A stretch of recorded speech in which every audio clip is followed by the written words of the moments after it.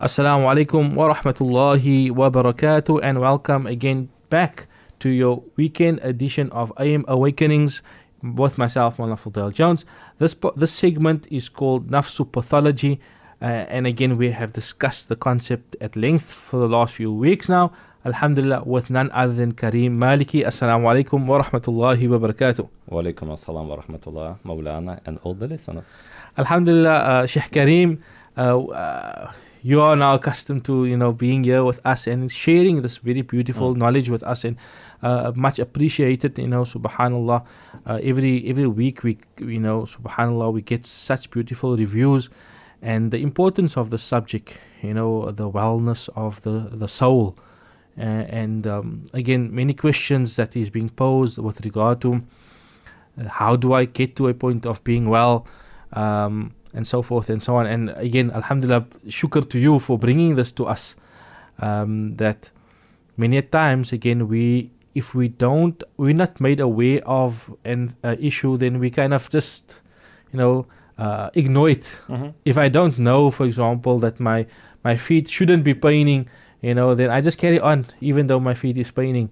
And by the way, that's one of the way we defend ourselves, yes. by means of ignoring. Yes. If I cannot deal with it, at least let me try to ignore. Maybe it will go away by its own. Most probably it's not gonna go away on its own. And with regard to that aspect, this is what I want to get to, is that ignoring of problems. We then use social media, we use our television, some people read novels and so forth, just to get away. How do I get to really shake it up and get to a point of look, this is a serious thing? So in a nutshell, the question is how to stop avoiding, yes, and how to solve the problem. Well, let me start by saying that everything what we hear today in terms of coaching, motivational speaking, so in a sense approaches which claim that they will solve the problem, let's say personal growth, again coaching and so on, they actually start exactly the opposite. They say that in order to motivate you, and they will say you have to leave comfort zone and all of that, they will create certain kind of dissatisfaction with your current situation. So let's say, for example, they'll say, look at yourself, this is your age, where are you happy to be where you are? Go walk, I don't know, get up early in the morning and walk towards your goal, and so on. But I would say in reality, it's exactly other way around.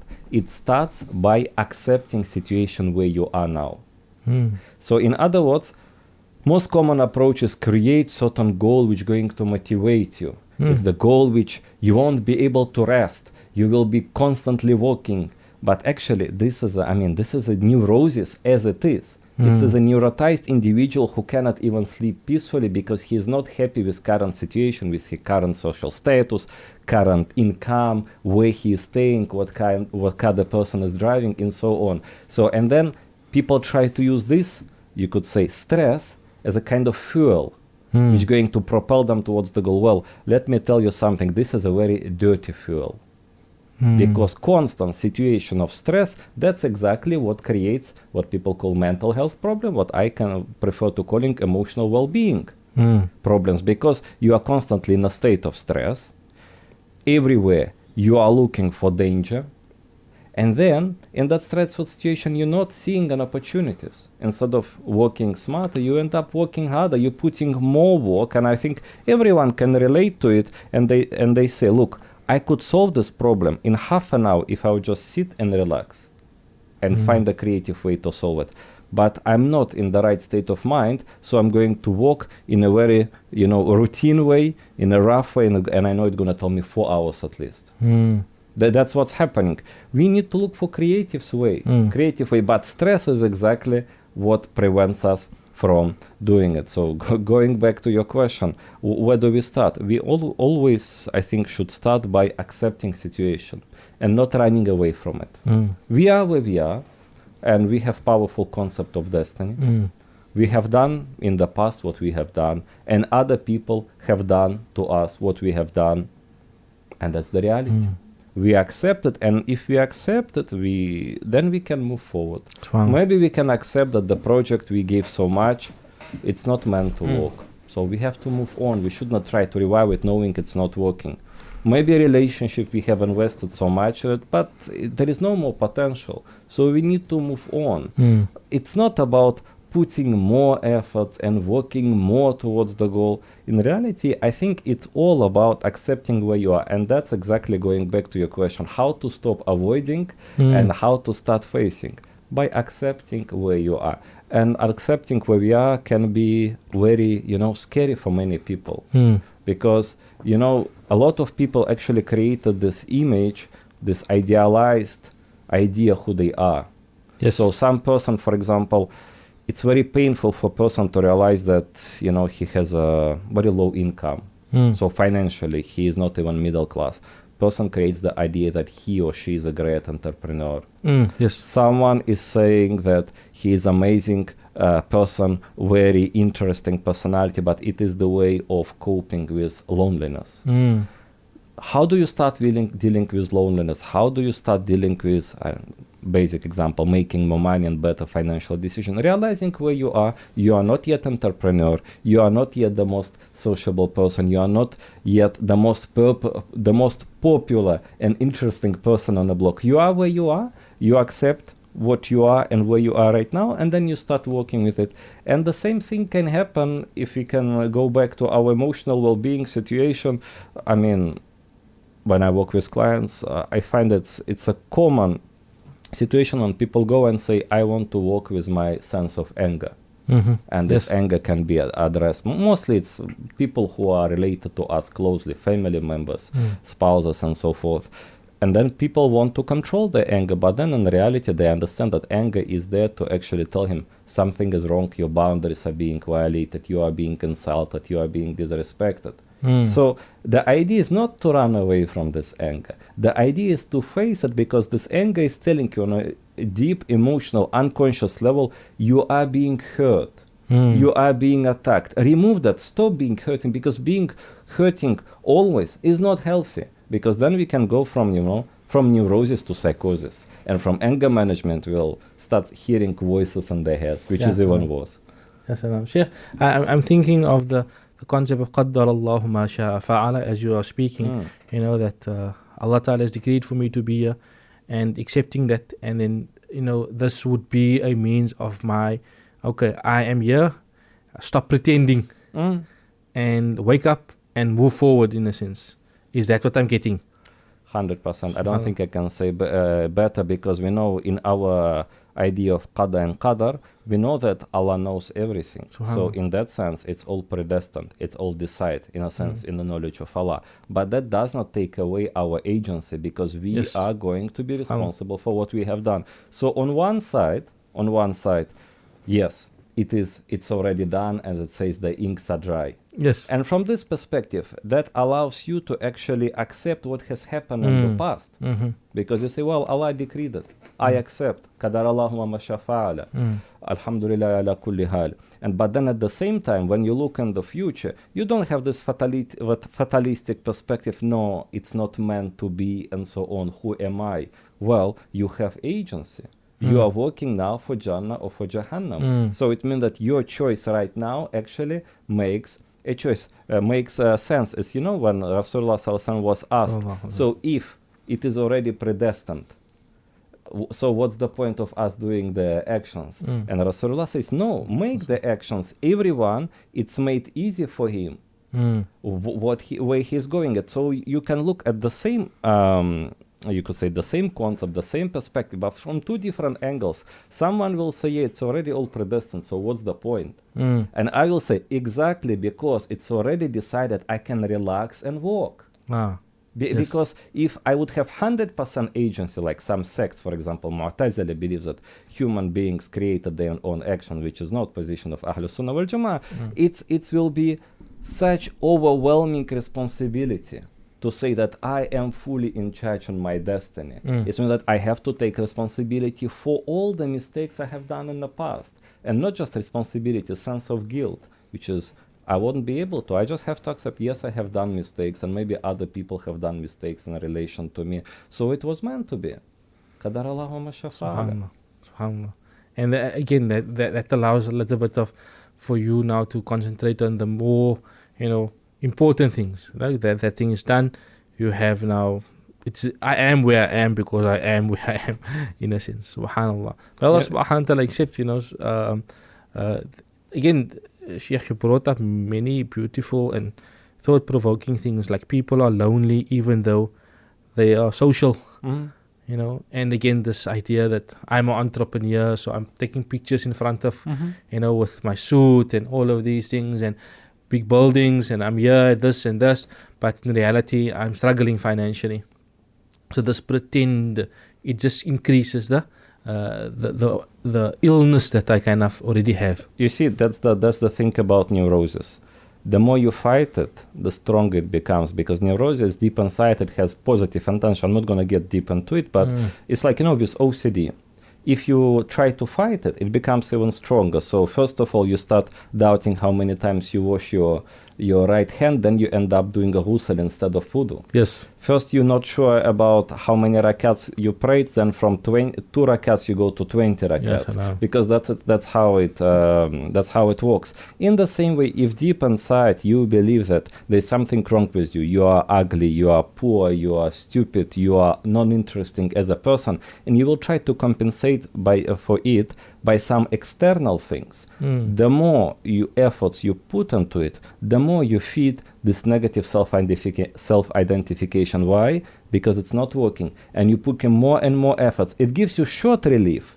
That moment when, let's say, you put this picture when you are in a suit and tie in a luxury car and buildings, trying to project certain image, but in reality, after a few moments, you are back to normal. You're still feeling uncertain, you feel like you are fake, you feel like you're going to be exposed now, and then you need to make up and make something even more powerful, something even greater.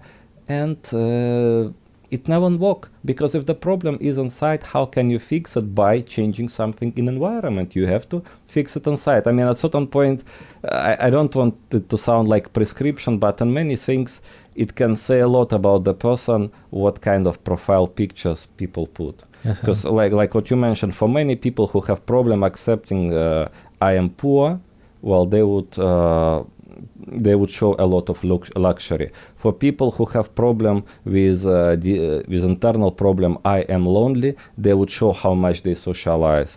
If people have problems with, I don't know, how stupid and silly I am, they will project someone who is studious, PhD degree, all of this. All of this, it is compensation. It's compensation trying to create this ideal self, but behind this ideal self, you will find a very fragile, and you could say scared child who has this idea, I am being a bad boy, I am being a bad girl, what's wrong with me? And then there is a parents or teachers voice comes up saying, you are dumb, you are ugly, look at yourself, shame, and so on. It's unfortunately that child has to be resolved on the unconscious level. Dealing and changing our environment is not going to change what's inside of us. Sheikh Karim, I love the fact that you mentioned that sometimes, like that you mentioned about the anger. The anger itself, we think it's a problem, but actually it is something that is protecting you. So there's something else wrong that is just a byproduct of something else that is deeper. So how do I get to that knowledge?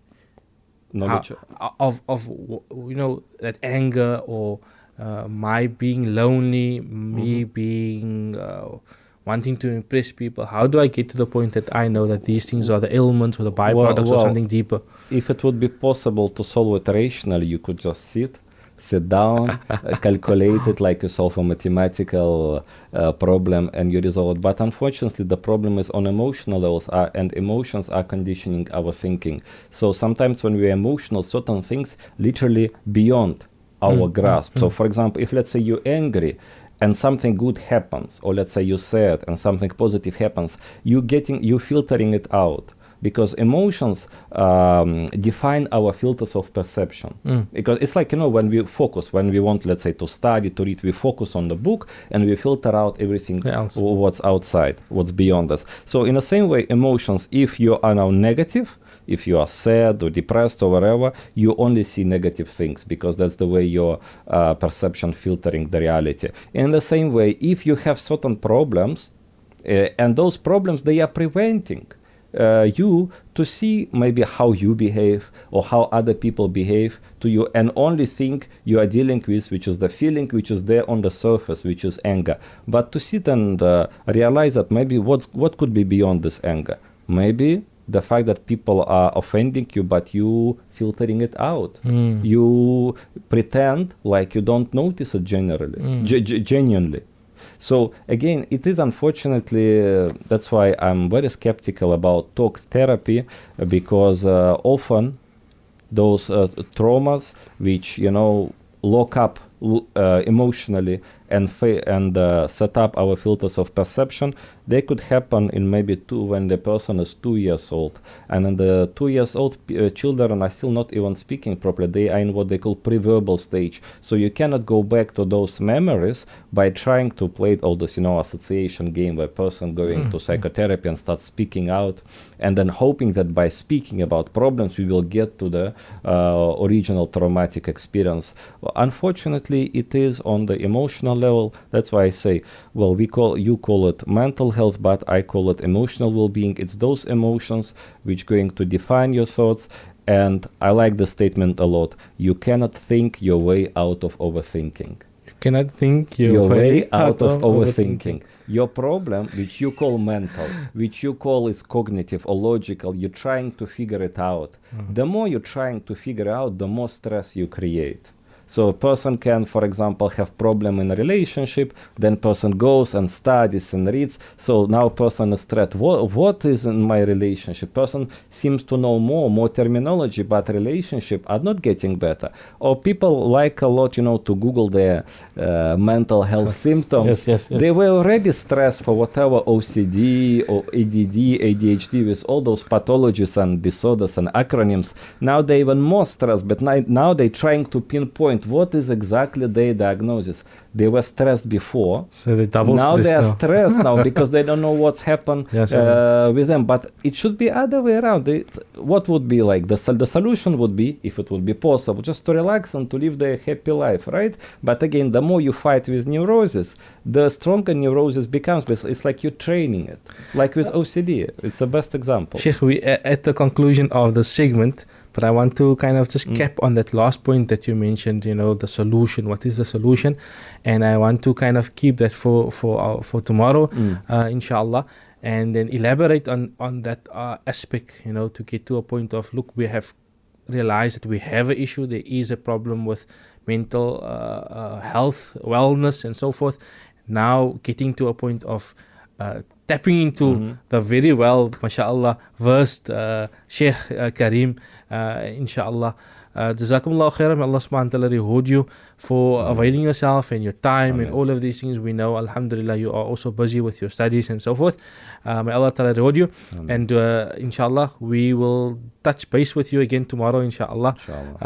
Inshallah. Assalamu alaikum wa rahmatullahi wa barakatuh. Wa alaikum assalam wa rahmatullah. That was Sheikh Karim Maliki about Nafsopathology. We'll take an ad break and we'll be right back after that, inshallah.